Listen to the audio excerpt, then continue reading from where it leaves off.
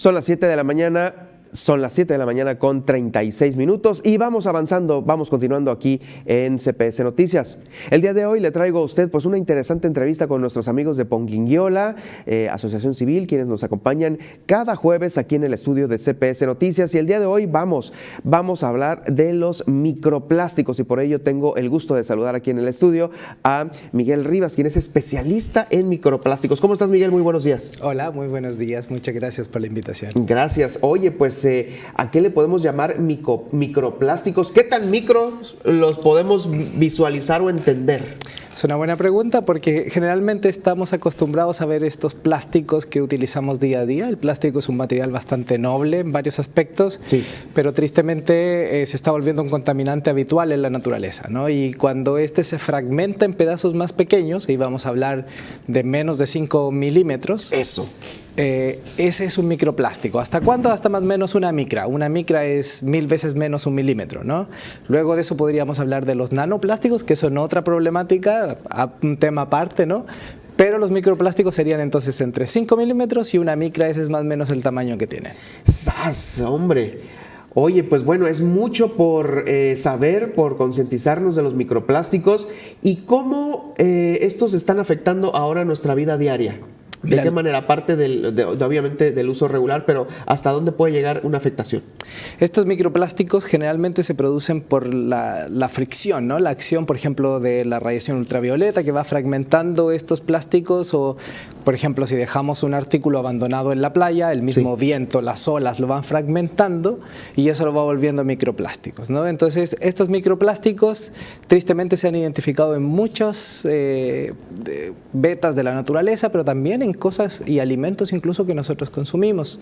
¿Cómo puede llegar un alimento, un microplástico a estar en un alimento? ¿De qué manera? O sea, ¿con qué tipo de manejo es el más común que pueda dejar microplásticos? Mira, lo que sucede es que estos elementos son bioacumulables. Eso quiere decir que se acumulan en los tejidos de los animales cuando los consumen. Muchos de ellos los consumen por error. Por ejemplo, en una investigación que hace unos años atrás hicimos, nos dimos cuenta que las fibras de colores azules o negros son más consumidas por los peces, por ejemplo, que de otros colores. Entonces, también depende el color, la forma que estos tienen, si se parecen a alimentos que comúnmente los animales marinos, por ejemplo, consumen, también los terrestres, ¿no? Estos los van acumulando. Entonces, nosotros a veces al consumir esos alimentos estamos consumiendo microplásticos. Hay investigaciones que muestran que esto se acumula en el tejido muscular de algunos animales, pero aunque no lo creas, también en el agua que bebemos, en los garrafones, en todas estas botellas de plástico que a veces consumimos y son de un solo uso, se va fragmentando y esos microplásticos los terminamos ingiriendo. ¿Qué nos puede ocasionar el hecho de ingerir microplásticos, ya sea en la comida o en las bebidas? Porque es algo que está en todos lados. Difícilmente ya encuentras un recipiente de cristal o, híjole, si no es el cristal, no, o de metal. Para que tú consumas cosas o para que las lleves contigo y manejes ahora sí que lo que vas a comprar o lo que vas a comer, pero en todos lados está.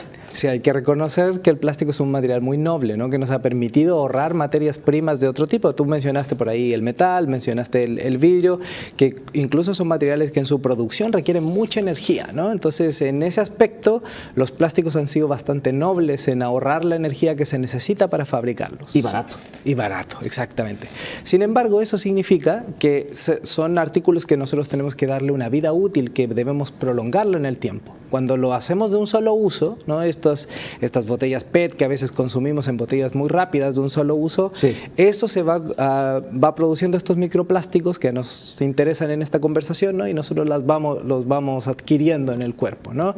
En algunos animales se han hecho estudios, en seres humanos es más difícil, ¿no? Pero en peces, por ejemplo, se ve que son disruptores hormonales. Algunos incluso les cambian el sexo a los animales producto de las moléculas químicas que se van descomponiendo en los tejidos.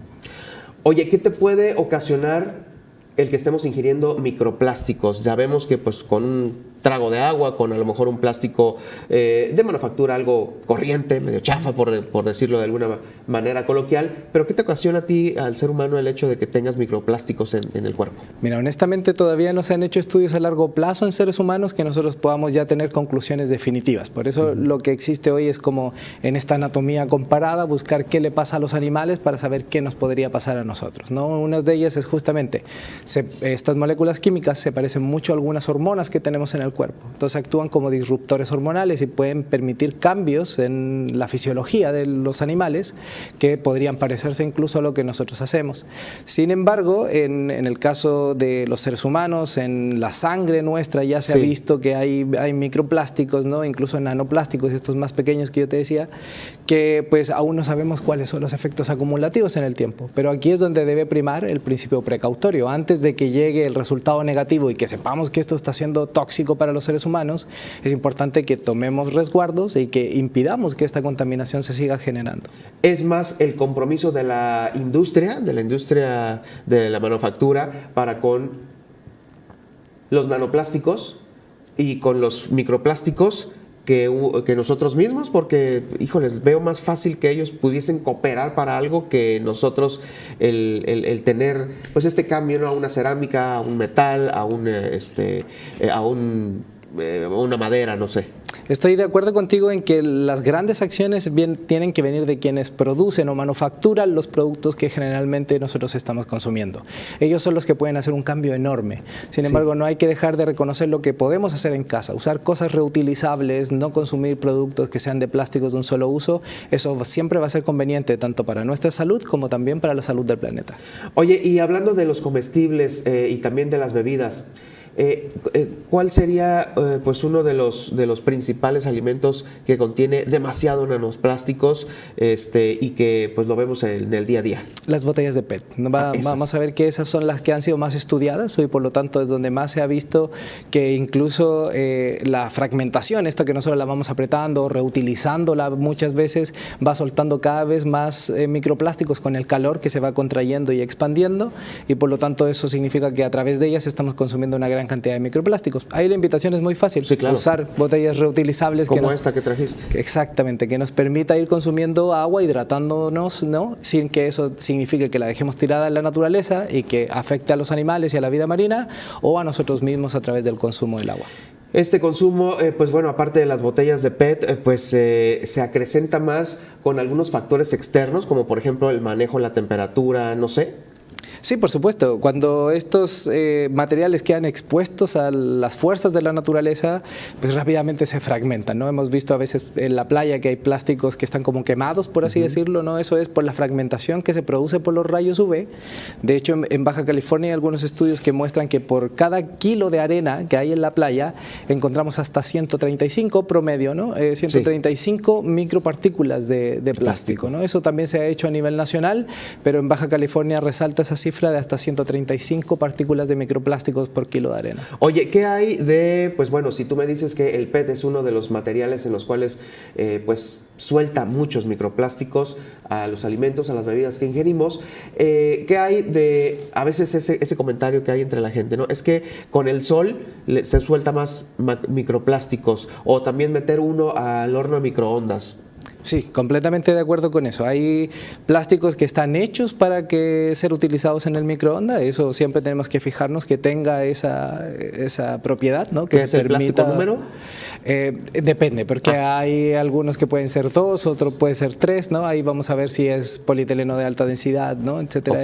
Algunos de ellos van a decir ahí que son aptos para microondas, ¿no? Que regularmente dicen, ¿no? Sí, generalmente existe esa indicación, ¿no? Y en el caso de esta fragmentación que es por el sol y la radiación ultravioleta, eso es normal de todos los plásticos, ¿no? Algunos, depende de los aditivos que tengan, van a durar más o van a durar menos, pero en el PET nosotros lo vemos bastante evidente como este se va degradando. De hecho, el PET reciclado se puede seguir reciclando y se puede seguir utilizando, sin embargo, solo hasta un cierto porcentaje. Siempre va a necesitar un porcentaje de resina virgen, de resina nueva. Entonces, por eso es que el reciclaje es efectivo y sirve en términos de mitigación de la contaminación por plásticos, pero solo hasta un cierto punto. Y esto, pues bueno, justamente cuando se implementa un plan de reciclaje importante, ya sea en un relleno sanitario, en un tiradero a cielo abierto o en una empresa que recicle, esto puede ser inclusive hace muy buen negocio, ¿no? Completamente, de hecho desde Ponguinguiola justo eso es lo que buscamos, estos negocios de economía circular que busquen reintegrar estas materias primas a la economía y por lo tanto que puedan cerrar un ciclo permanente y constante que nos permita aprovechar estos plásticos o cualquier otro material sin que terminen en la naturaleza siendo una fuente de contaminación. Definitivamente. Danos los contactos, por favor, para a lo mejor alguna comunicación más puntual contigo o también con Ponguinguiola. Sí, por supuesto, pueden buscar más información de esto en nuestra página web, en ponguinguiola.org, y nos pueden buscar como Ponguinguiola AC en las redes sociales y ahí con todo gusto van a encontrar información sobre este bonito trabajo que hacemos sobre los residuos. Definitivamente, y el plástico es uno de ellos. Hay más residuos que pueden tener un manejo muy interesante. Ah, sí, los orgánicos, por ejemplo, son muy interesantes, pero el plástico es el que ha sido más evidente en el último tiempo y es importante que la gente tome conciencia sobre lo importante que es manejar bien este material. Te agradezco mucho esta entrevista. A ti, muchas gracias. Es Miguel Rivas, quien es parte integrante ya de Ponguinguiola, especialista en microplásticos. Recuerde usted que esta entrevista la va a poder ver y escuchar nuevamente en Germán Medrano Nacionales, donde tendremos las demás entrevistas con nuestros invitados especiales. Vamos a ir a una pausa y regreso con más información.